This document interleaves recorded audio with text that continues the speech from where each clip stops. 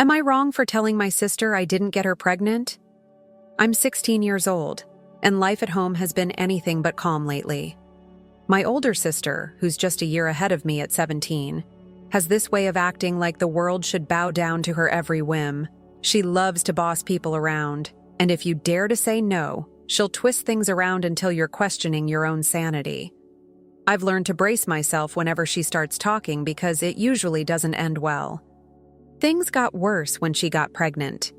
It's like her sense of entitlement doubled overnight. She's always been headstrong, but now it feels like she's constantly looking for someone to blame or control. And lately, I've been her favorite target. It's exhausting. I'm still trying to figure out my own life, and now I'm caught up in her mess. It's not like I don't care about her or the baby, I do. But I've got limits. Being the younger sister doesn't mean I'm her personal assistant or her therapist. I have school, friends, and my own dreams to think about. But whenever I try to focus on myself, she's right there, demanding my attention. I feel like I can't breathe sometimes. She's not just bossy, she's mean. Words that cut deep, accusations that make me feel small. It's hard to understand how someone who's supposed to love you can turn around and say things like, "You're useless," or worse. I've been holding it together, but some days it feels like I'm just barely managing to keep my head above water. This is where I am, stuck in this constant tug-of-war with a sister who seems to think she's the center of the universe. And the worst part? I'm not sure how much more of it I can take. It all started to spiral out of control when my sister dropped the bombshell. She was pregnant. I remember the moment so clearly. She just said it, like it wasn't the biggest deal in the world. Meanwhile, I felt like the air had been sucked out of the room. I couldn't believe it. She's only 17, and her boyfriend is 22. The age difference alone makes my skin crawl. I can't help but think their whole relationship is just wrong. My parents were furious. They had always been strict, especially about stuff like this, and my sister knew it. But somehow, she didn't seem to care about their reaction. She stood there, arms crossed, as if daring them to get angrier. For once, though, my parents didn't yell. They were too disappointed for that. My mom just sat her down and told her flat out, "You've made your choice, and now you'll have to live with it." It was tense in the house after that. My sister tried to brush it off, acting like she didn't care about their disappointment. But I could tell it bothered her. She barely spoke to anyone, and when she did, it was to complain. She kept saying things like, "It's my life," and "You don't understand." Maybe she thought if she said it enough, it would excuse everything. For me, it was hard to reconcile the image of my sister as this carefree, rebellious girl with the reality of her becoming a mom. She'd always been impulsive, but this felt different. This wasn't just another bad decision. This was life-changing. And honestly, I was angry too. Not just at her, but at the boyfriend. He was older, and he should have known better. Instead, he just disappeared the second things got complicated, leaving my sister to deal with the fallout.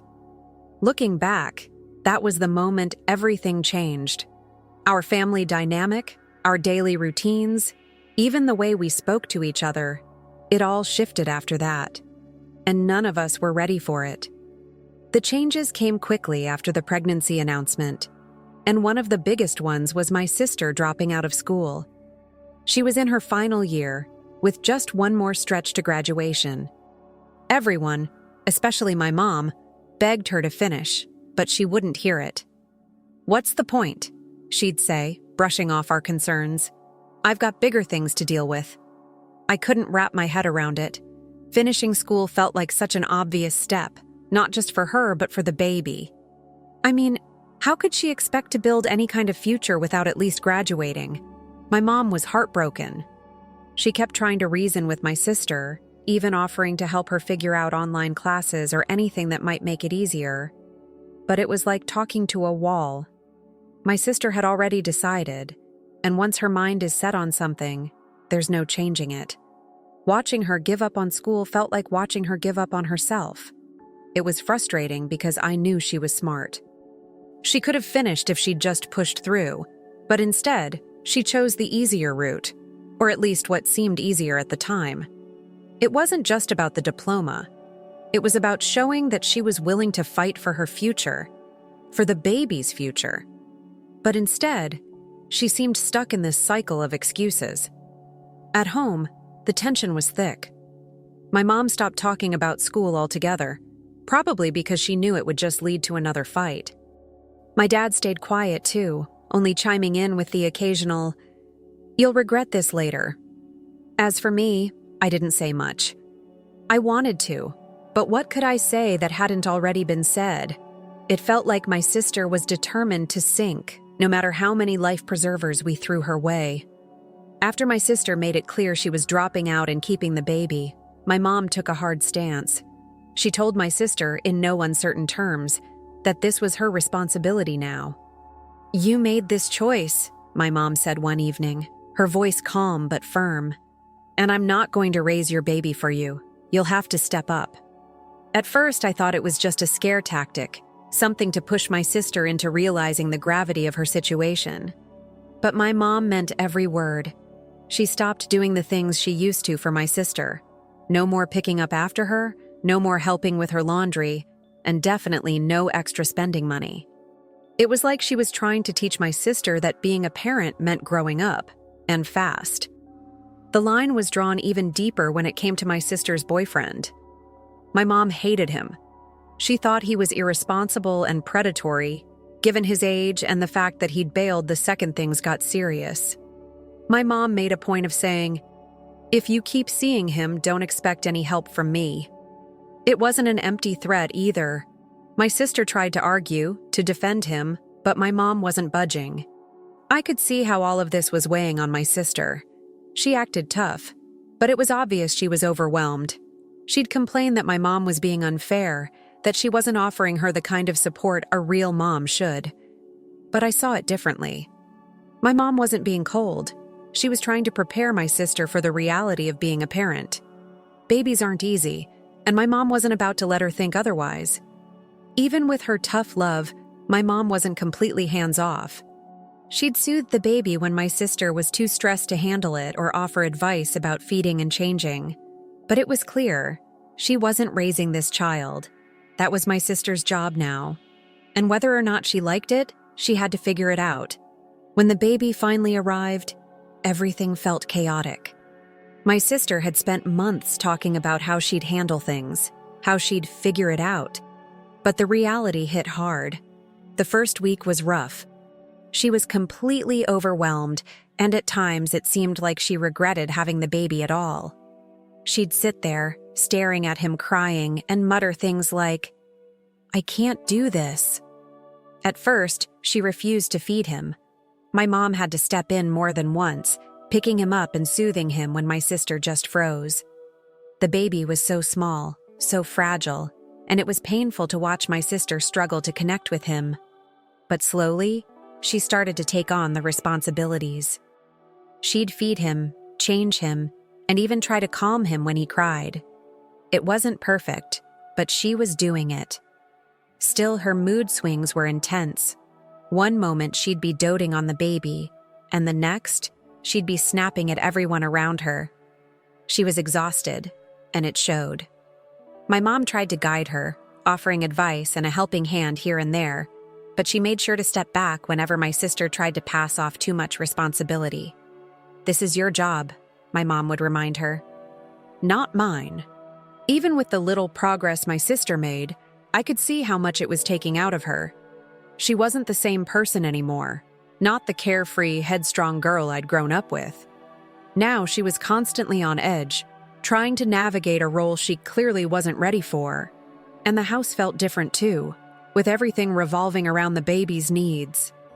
It was hard for all of us, but for my sister, it seemed like a never-ending uphill battle. As the days went on, it became clear that my sister wasn't just overwhelmed.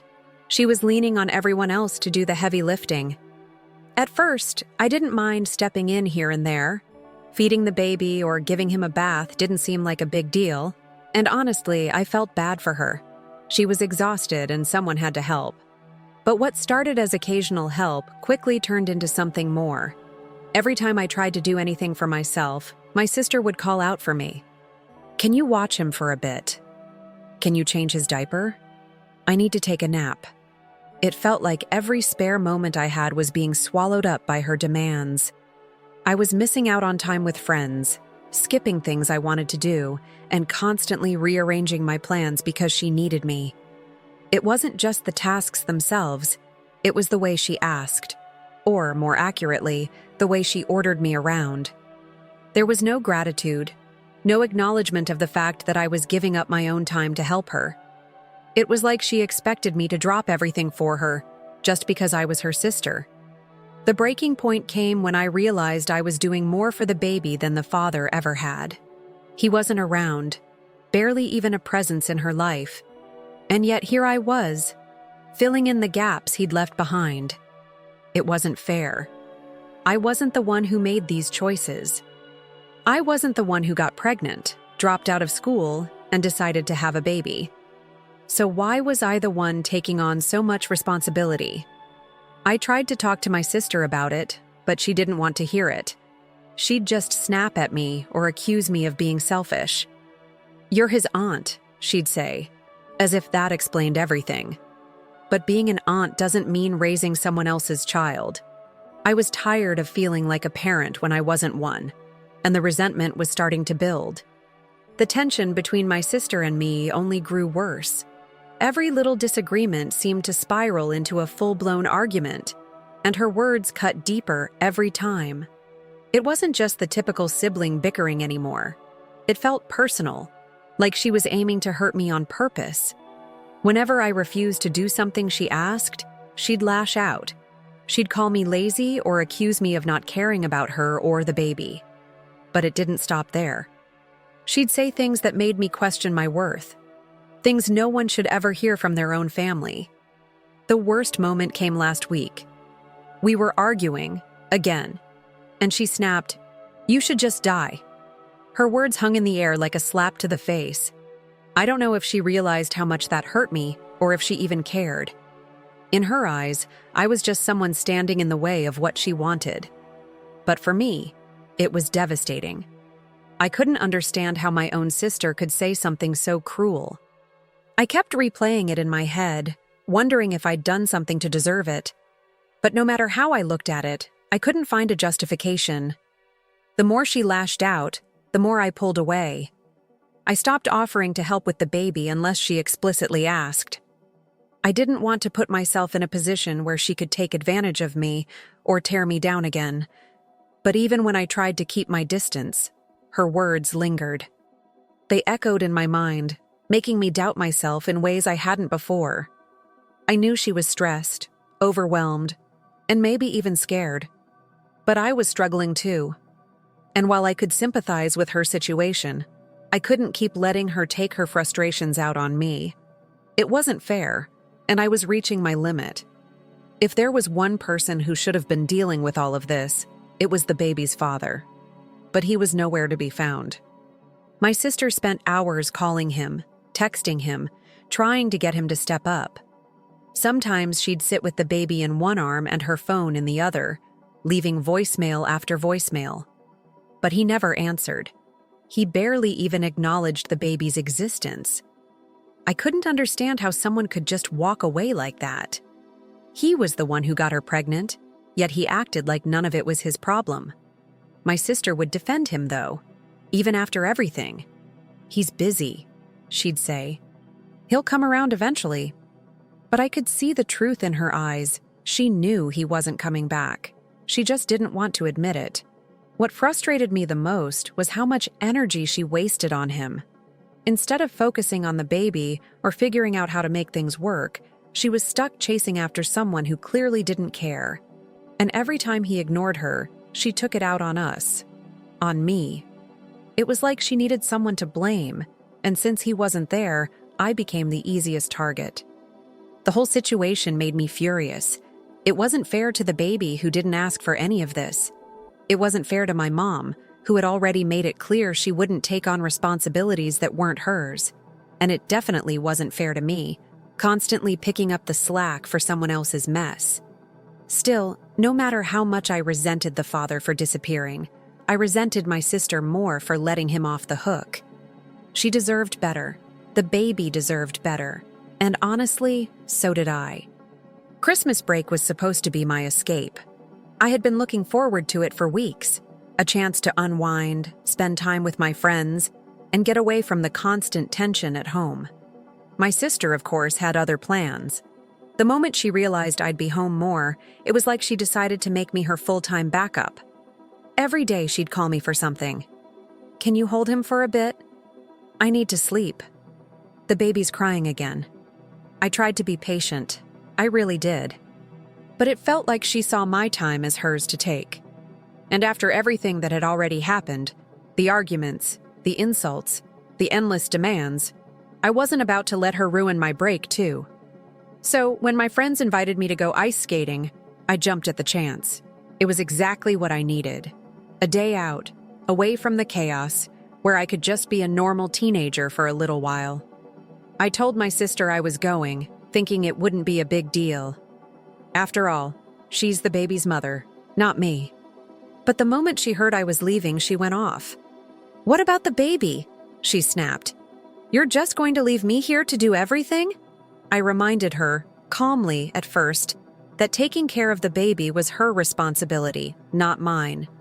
That didn't sit well with her. She started rattling off a list of things she wanted me to do before I left. Change the diaper, fill up the bottles, make sure everything was ready for her. That was my breaking point. I told her no. For once, I stood my ground and refused to let her dictate my day. "I have plans," I said firmly.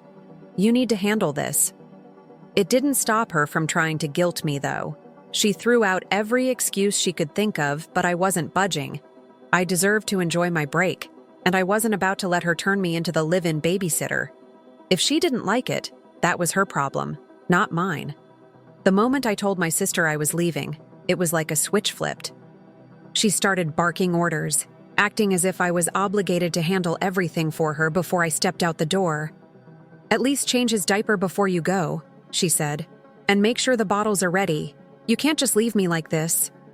Her tone was sharp, almost accusatory, as if I was doing something wrong by wanting a day to myself. I tried to keep my cool, but it wasn't easy. I reminded her, again, that this wasn't my job. "You're the mom," I said, probably a little harsher than I intended. "It's your responsibility, not mine." She didn't take that well. She rolled her eyes and muttered something under her breath about how I was selfish and didn't care about family. It stung, but I wasn't about to let her guilt trip me this time. The demands kept coming. "Just one thing before you leave," she'd say, and then follow it with another and another. I realized that if I gave in even a little, I'd be stuck there all day. So I stood my ground, no matter how much she pushed. It was exhausting, though, arguing with her while trying to get ready to leave. She threw in the aunt card, too, as if that made everything okay. "You're his aunt. You're supposed to help." I wanted to laugh at how absurd it sounded. Since when did being an aunt mean being a full-time nanny? I cared about the baby, of course, but this wasn't fair. She was trying to pawn off her responsibilities on me, and I wasn't having it. By the time I walked out the door, she was fuming. And honestly, so was I. But at least for once, I'd managed to put my own needs first. It felt like a small victory, even if the aftermath was sure to be messy. As I stood by the door, my sister continued her tirade, escalating her complaints with every passing second. "You're abandoning me!" she yelled, clutching the baby as if to make a point. I felt the heat rising in my face, a mix of anger and frustration. I had heard enough. I turned to her, my voice steady but firm. "I'm not abandoning anyone," I said. "I'm just choosing to live my life. You're the one who decided to have a baby, not me. It's not my job to take care of him." Her face twisted in anger, and for a moment, I thought she might throw something at me. "You're his aunt," she spat. "Family is supposed to help." That word, supposed, kept coming up, as if she had written some invisible rulebook that bound me to her every need. But I wasn't about to let her rewrite my priorities. "I am helping," I shot back. "But there's a limit. You don't get to control my life just because you made choices you weren't ready for. This isn't fair to me." She didn't like that one bit. She started listing all the times she claimed I hadn't been supportive enough, twisting the narrative to make me look like the villain. But I didn't back down. I let her words wash over me, refusing to get dragged into another pointless fight. Deep down, I knew she was lashing out because she was overwhelmed. But knowing that didn't make it any easier to deal with her. Finally, I grabbed my coat and headed for the door. She called after me one last time, her voice shaking with frustration. "You'll regret this," she shouted. But I didn't stop. For the first time in a long time, I felt like I was reclaiming a piece of my life. It wasn't easy. Walking away never is. But I knew I had made the right choice. As I stepped outside, I felt a strange mix of relief and sadness. I cared about my sister, but I couldn't keep sacrificing myself to fix her mistakes. Sometimes, you just have to draw the line. And that's exactly what I did. The whole argument came down to one thing. My sister's belief that being an aunt somehow made me obligated to take on her responsibilities.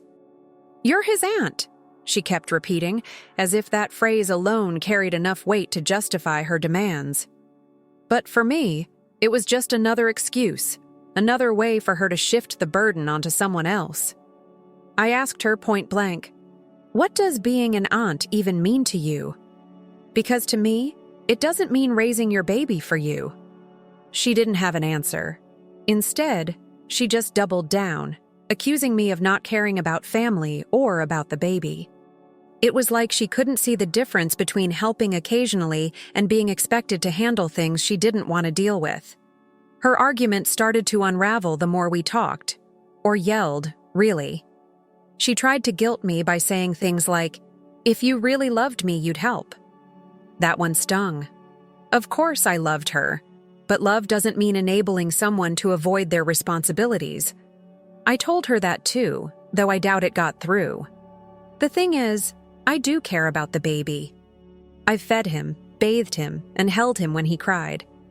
I've done more for him than his own father has, and I didn't even ask for credit. But what I couldn't do, what I wouldn't do, was let her use me as an easy way out. She chose to have this baby. She chose to keep him. And now, she had to choose to step up. The whole conversation left me drained. I could see she was frustrated and overwhelmed, but so was I. And for once, I wasn't going to let her guilt me into forgetting that. Being an aunt didn't mean sacrificing my whole life. It just didn't. As the argument dragged on, I felt my patience wearing thin. My sister just wouldn't stop. Every time I tried to make a point, she'd cut me off with another demand or insult. It was like talking to a brick wall that screamed back. I could feel the frustration boiling up inside me, and before I even realized it, the words came spilling out. "I didn't get you pregnant," I snapped, louder than I'd intended. The room went silent. For a moment, she just stared at me, her mouth slightly open, as if she couldn't believe what I'd said. Honestly, I couldn't believe it either. But once the words were out, I didn't regret them. It was the truth. The weight of everything I'd been holding in had finally burst free.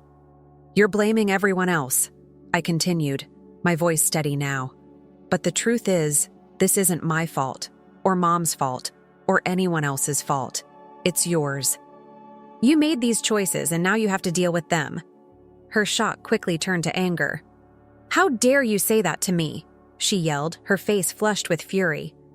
"You don't know what I'm going through." She was right. I didn't. I'd never been in her position, and I couldn't fully understand how hard it must be. But that didn't mean I had to shoulder her burdens. "I don't," I admitted. "But that doesn't change the fact that this is your responsibility. Not mine, not Mom's, yours." I could see the words sinking in, even if she wouldn't admit it. For once, she didn't have a comeback. She just stood there, glaring at me, the baby squirming in her arms. The room felt heavier after that. I knew I'd hit a nerve, but I also knew it needed to be said. I wasn't trying to hurt her. I just couldn't keep letting her drag me into something that wasn't my problem to fix. It was a harsh truth, but one I hoped would make her stop and think. Because if she didn't, I wasn't sure how much longer I could keep this up. After the words left my mouth, the silence between us was almost deafening. My sister's face went pale for a moment before it twisted into a mix of anger and hurt. She clutched the baby tighter and turned away from me, muttering something under her breath that I couldn't make out. The tension in the room felt like it could snap at any second. She didn't let the silence last long. "You think you're so much better than me?" she finally said, her voice sharp and cutting. "You think this is easy? You don't know anything about what I'm going through." I stood there, unsure of how to respond. She wasn't wrong. I didn't know what it was like to be in her shoes. But that didn't make what I said any less true. Instead of arguing back, I decided to let her vent. She needed to get it out, and I needed a moment to collect my thoughts. She went on about how everyone was against her, how no one cared about her struggles, and how it felt like the world was trying to make her fail. I stayed quiet, letting her words hang in the air. Eventually, she stopped, her voice cracking as tears welled up in her eyes. For a moment, I almost felt guilty. I wanted to reach out, to tell her I didn't mean to make her feel worse. But I knew that wouldn't solve anything. The truth was, no matter how much I cared, I couldn't fix her problems for her. And maybe she needed to hear that, even if it hurt. As she walked away, the baby crying softly in her arms, I felt a strange mix of relief and sadness. I had stood my ground, but at what cost? The tension between us was thicker than ever, and I wasn't sure if things would ever go back to how they were. Later that evening, my mom pulled me aside. She must have sensed the tension lingering in the air, the way my sister and I barely acknowledged each other at dinner. "What happened this time?" she asked, her tone tired but not accusatory. I hesitated, unsure how much to say. Part of me wanted to unload everything, but another part felt like it wouldn't make a difference. I gave her the short version. I told her about my sister's constant demands, how she tried to guilt me into taking care of the baby, and how I finally snapped and said what I'd been holding back for weeks. My mom sighed heavily, rubbing her temples. "I know it's hard," she said, her voice softer now. "But you have to understand she's struggling." "I do understand," I replied, a little sharper than I meant to. "But that doesn't mean I should have to do everything for her. It's not fair, Mom. She made these choices, and now she's trying to make them my responsibility." My mom nodded slowly, like she agreed but didn't know how to fix it. "She's overwhelmed," she said after a pause. "I'm trying to give her tough love so she learns to be responsible. But maybe I haven't been clear enough about where the lines are. You shouldn't feel like it's your job to pick up the slack." Her words were a relief, even if they didn't change the situation immediately. At least she saw where I was coming from. "I'll talk to her," my mom added, though she didn't sound convinced it would make much difference. For the first time in a while, I felt like someone was on my side. But I also knew that as much as my mom could try to mediate, this was something my sister had to figure out for herself. And that was the part that worried me the most. After my mom and I talked, I found myself lying awake that night, replaying everything in my head. The arguments, the tension, the constant demands, it was all so exhausting. But what stuck with me the most was the question of responsibility. Where did my role as a sister, as an aunt, actually begin and end? I knew family was supposed to support each other. That's what we're taught, right? To stand by each other when times get tough. But how far does that go? Was I supposed to sacrifice my own time, my own happiness, just because my sister had made a mistake? Was it selfish to want to focus on myself instead of stepping in to help? The truth is, I cared about my sister. I cared about the baby. That's why I'd been helping as much as I had. But the more I thought about it, the more I realized that my sister wasn't just asking for help.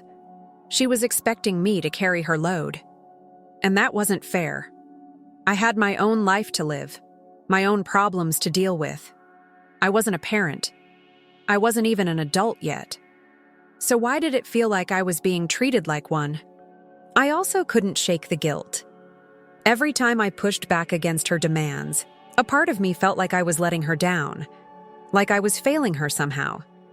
But another part of me, the louder part, knew that I had to draw the line.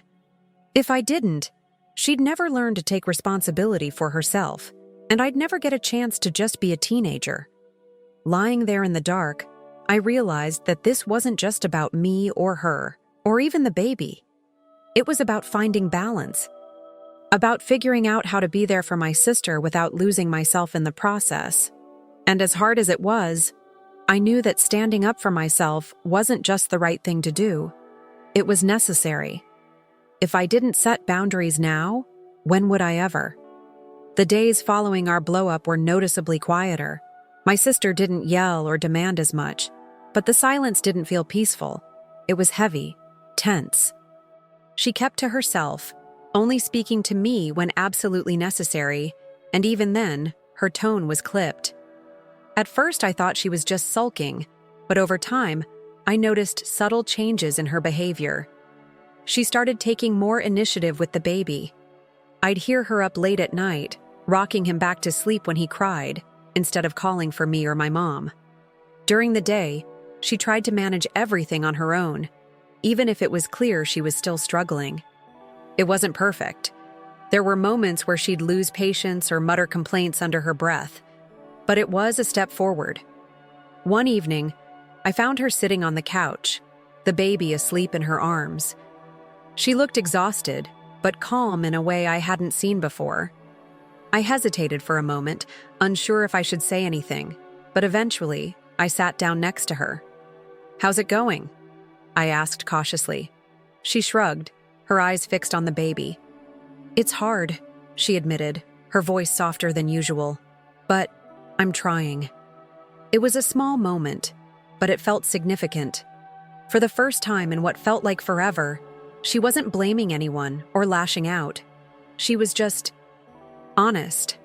And I could tell that even though things were far from perfect, she was starting to take more responsibility. I didn't say much in response, just nodded and offered a small smile. I wasn't ready to completely forgive or forget everything that had happened, but I could see that she was making an effort. And for now, that was enough. During this whole ordeal, my friends became my lifeline. I didn't tell them every detail. There was only so much I wanted to share. But they knew enough to understand how much stress I was under at home. They were the ones who kept me grounded, reminding me that it was okay to take time for myself and set boundaries with my sister. When I finally managed to join them for the ice skating trip, it felt like a breath of fresh air. For a few hours, I wasn't the overwhelmed younger sister or the reluctant stand-in caregiver. I was just me. We laughed, skated clumsily around the rink, and talked about everything from school drama to holiday plans. It was exactly what I needed. At one point, one of my closest friends, Mia, pulled me aside.